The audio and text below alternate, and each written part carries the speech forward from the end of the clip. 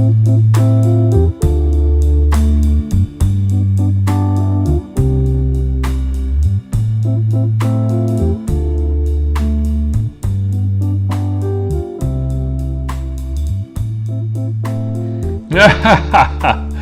you doing, YouTube? Glad to see you're back. Welcome. All right, so let's get started here.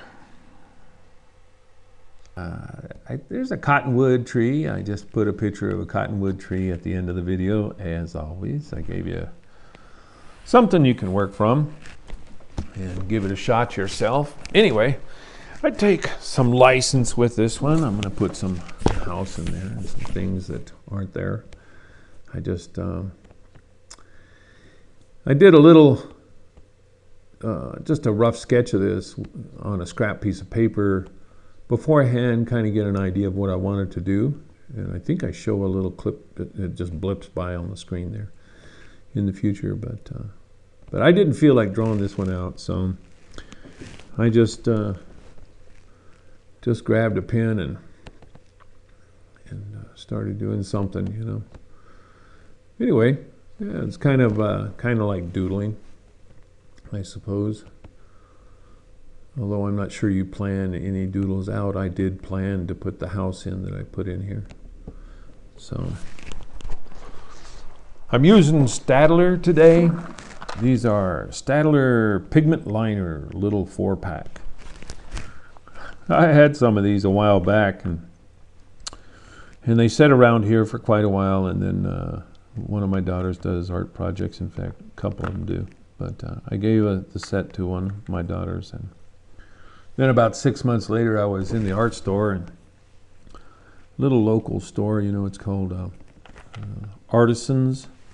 It's in Albuquerque, New Mexico. I get up there, I don't know, a couple times a month into town. But I saw those there, and I thought, you know, that might be fun. I should, you know. So anyway, I picked up another set, and the pen I'm using there is one of them. They work well. There's nothing wrong with these little pens. You know, the pigment liners. They're acid-free, and it's pigment, which is much better to use. I will say that I doubt if I'll use them permanently, not because there's anything wrong with them. They work fine and they feel okay. It's just I'm a tactile person. It's a funny thing, but part of the experience of art for me is the feel of the thing in the hand, and I just really enjoy fountain pens. I just like using fountain pens to sketch with, you know, but that shouldn't keep you from getting, you know, Staedtler pens.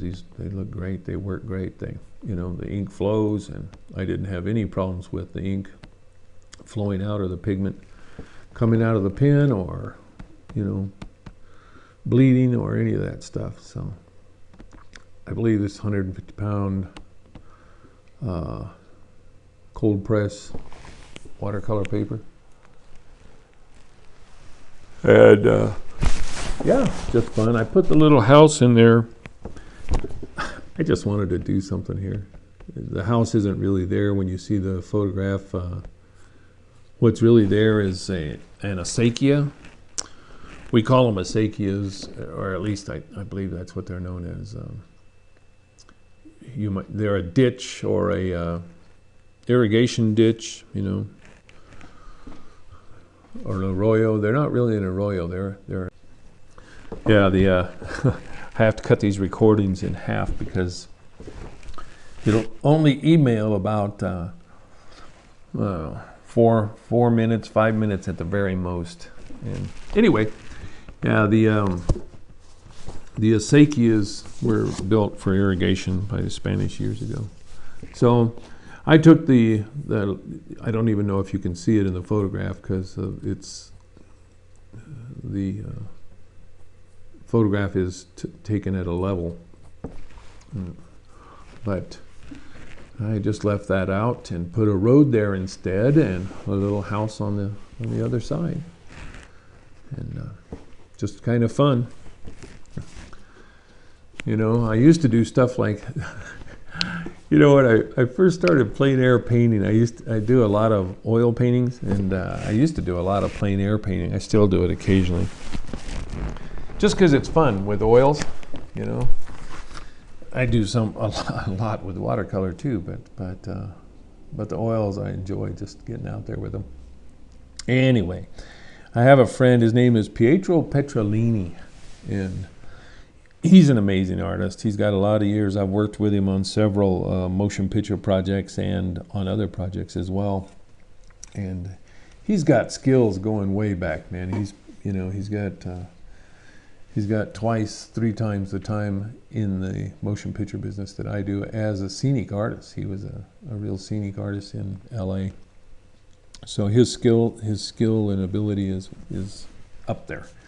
Anyway, we were painting, and I said I kind of feel like I'm cheating, because I was manipulating things. You know, plein air artists, a lot of them are true to the scene. And back then I was really experimenting with, manipulating. You know, another artist that I worked with, Jean Legassic, she says she said she got the saying from someone else, but copy nature, but don't copy stupid nature, you know. And anyway, I used to feel like I was cheating when I would do something that wasn't really there. And that's a ridiculous attitude to have, I got to tell you. Unless you have a specific reason to be very literal with the scene, it's a lot more fun to make a picture maybe resemble the scene, but make it so the composition is right. Make it so it's pretty. Make it so it's something that you enjoy having, you know. And don't let don't look at your painting as in competition with the scene, you know. Just take it home and make it your own, and once it's hanging on the wall, it takes on a life of its own, man. So anyway, rambling on. Yeah, I like to think of myself, you know, Peter Sellers, he says, in Pink Panther, you know, his boss, he's driving his boss literally insane. And the guy's in a nut house, and he goes to see him, and the guy comes out and he says, I'm doing better and better every day in every way. I think that's what he said. You know, don't quote me, I haven't seen it in years, but it's something to that effect. And that's the way I think of myself in art. I just get up every morning and I paint something, and I enjoy myself, and I just think of myself as getting better and better every day in every way, and that makes it fun for me, you know. So the blue here, I'm putting the blues, the shadows are a little blue in this, and I kind of like the blue, although I dirty it up here in a second. But I like the blue because it complements the yellow. It makes it work okay.